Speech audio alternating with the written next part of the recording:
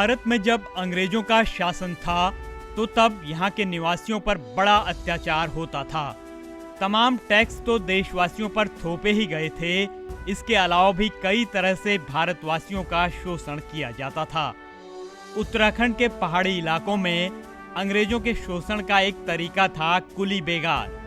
इसमें इलाके के लोगों को अंग्रेजों के दौरे के समय उनका सामान अपने कंधों पर उठाकर कई किलोमीटर पैदल चलकर पहुंचाना होता था। इसके बदले नागरिकों को कुछ नहीं मिलता था। इसका विरोध किया बद्री दत्त पांडे ने। असल में जब पूरे भारतवर्ष में हम आज़ादी की लड़ाई अपने चरम में थी, पूरे शबाब में थी, तो स्थानीय स्तर पर जो मुद्दे थे उनकी ओर भी आंदोलनकारियों ने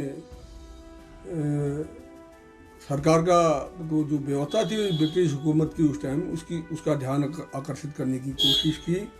हमारे इस आंचलिक जो खंड है हमारा कुमाऊं, यहाँ पर तब एक गैर कानूनी कानून हमारी जनता के ऊपर ब्रिटिश हुकूमत ने थोपा हुआ था, जिसको कुली बर्दाश्त एक्ट कहा जाता था, कुली बर्दाश्त कानून कहा जाता था। तो उसमें हमारे लोगों को द्वारा अंग्रेज़ों द्वारा उनसे बहुत काम कराए जाते थे। इवन आपके घरेलू काम भी उनके द्वारा, उसका मेहनताना उनको बिल्कुल भी नहीं मिलता था। तब हमारे उस समय के जो क्रांतिकारी थे उनमें श्री कुमाऊं के श्री बद्री दत्त पांडे जी, मोहन सिंह मेहता जी, हरगोविंद पंत जी और रामलाल शाह जी समेत अनेक आंदोलनकारी इस लड़ाई में, इस मुहिम में थे। तो उन्होंने सरयू तट पर सन 1921 में बागनाथ को साक्षी मानकर हाथ में जल लेकर शपथ ली थी कि हम जब तक इस काले कानून को यहाँ से नहीं दूर करेंगे, हटाएंगे, तब तक हम चैन से नहीं बैठेंगे। तो उत्तरायणी पर्व में 1921 उत्तरायणी पर्व में कम से कम 40-50 हज़ार का एक जन समुदाय यहाँ पर था। जन समूह ने उस रक्तहीन क्रांति का यहाँ पर नेतृत्व किया और जो उस कानून की जो बहियाँ थी, जो रजिस्टर थे, उनको सरयू नदी में प्रवाहित किया। कुमाऊं परिषद के अंदर देखिए 1919 जलियांवाला कांड, रॉलेट एक्ट, ये आते नहीं आते हैं। ये जो घटनाएं थी रॉलेट एक्ट में, बहुत बड़ा जुलूस उत्तराखंड में निकला था। अल्मोड़े में तो बाकायदा एक बहुत बड़ा गांधी की गिरफ्तारी के बाद ये तमाम चीज़ें वो चलती रहती हैं। लेकिन इस बीच में अब मैं आपको ले जाता हूँ कि कुमाऊं परिषद में दो धड़ों का होना, एक उग्र धड़ा, एक नरम धड़ा। उग्र धड़े के होने के बाद जनता के बीच में जो मैसेज गया वो बड़ा सकारात्मक मैसेज गया। जैसे कत्यूर के अपना जो वो थे काश्तकार, इन्होंने पटवारी को खाजा देना बंद कर दिया। हम नहीं देंगे खाया, 1919 हम खाजा नहीं देंगे। दूसरा, जब पटवारियों का खाजा बंद हुआ तब थोकदारों को लगा कि अब हमें कहीं ना कहीं स्वतंत्रता के आंदोलन में जुड़ना होगा। ठीक है, हम अंग्रेजों के थोकदार हैं, लेकिन हमें जुड़ना होगा। बद्री दत्त पांडे ने हुंकार भरी तो स्थानीय लोगों ने भी अंग्रेजों को कुली बेगार प्रथा के खिलाफ आंखें दिखाने की हिम्मत दिखा दी। इसके बाद शुरू हुआ कुली बेगार प्रथा के खिलाफ बड़ा आंदोलन। डाइबल ने उनसे कहा कि तुम अंग्रेजी सरकार की शक्ति को नहीं समझते हो, जानते हो क्या कर सकता हूं।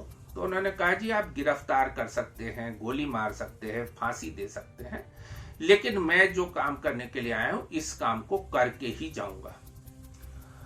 तो डाइबल ने उनसे कहा कि मैं हुक्म देता हूं 3 बजे सवेरे तक बागेश्वर से चले जाना। पांडे जी ने कहा तुम लिख के दो कि मुझे 3 बजे से जाना होगा।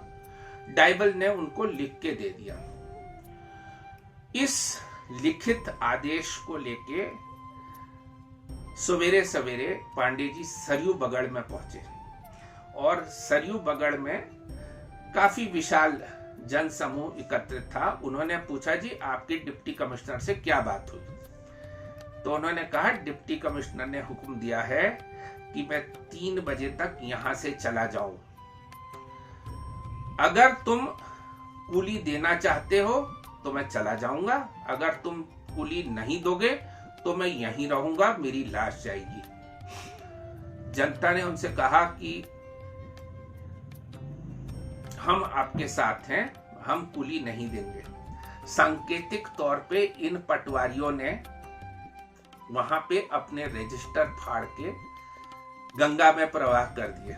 पांडे जी ने भी वहां एकत्रित जनसमूह से कहा कि आप पवित्र सरयू के किनारे हैं, यहाँ प्राचीन बागनाथ का मंदिर है, उत्तरायणी का पावन पर्व है, आप आज गंगा के जल को हाथ में लेके शपथ खाएं कि चाहे कुछ भी हो जाए आज से कुली नहीं देंगे। जनता ने ऐसा ही किया।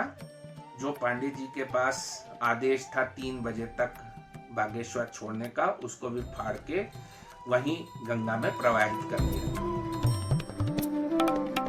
बद्रीदत्त पांडे का कुली बेगार प्रथा को समाप्त करने में योगदान इतिहास में अमर हो गया।